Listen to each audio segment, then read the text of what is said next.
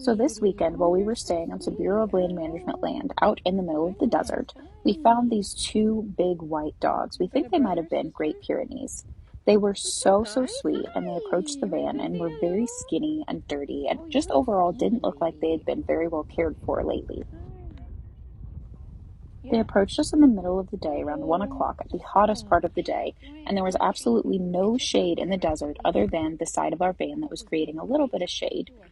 So they came over and we gave them some beef treats and some water, and we decided to call the boy Beef because he loved the treats. He kept trying to steal them every time I tried to give them to the girl. And we called the girl Yucca, which is a mispronunciation of Yucca Valley. And it just seemed to fit her.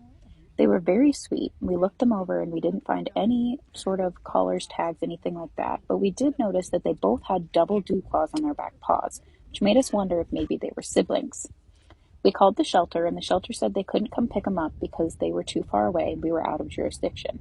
So we decided to lure them into our van instead.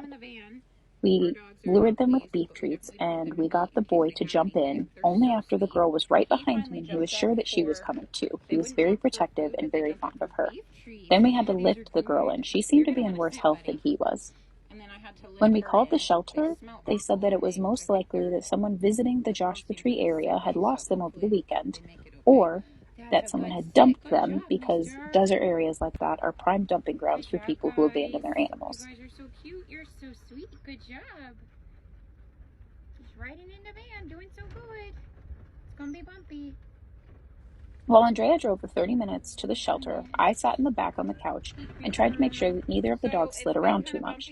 Beef decided the couch looked pretty comfy and hopped right on up, which made us wonder if he had had a home at some point in his life, because he seemed very comfortable with the couch.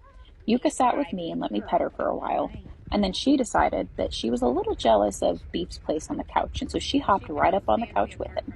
They were inseparable, and so it was really cute to watch them just cuddle with each other and interact. We weren't really sure if they had any diseases or were sick in any way, so we tried to keep them as separated from our dogs as possible. And after we dropped them off at the shelter, we did disinfect everything, wash the couch cushions, and just try to make sure that our own dogs would be taken care of as well.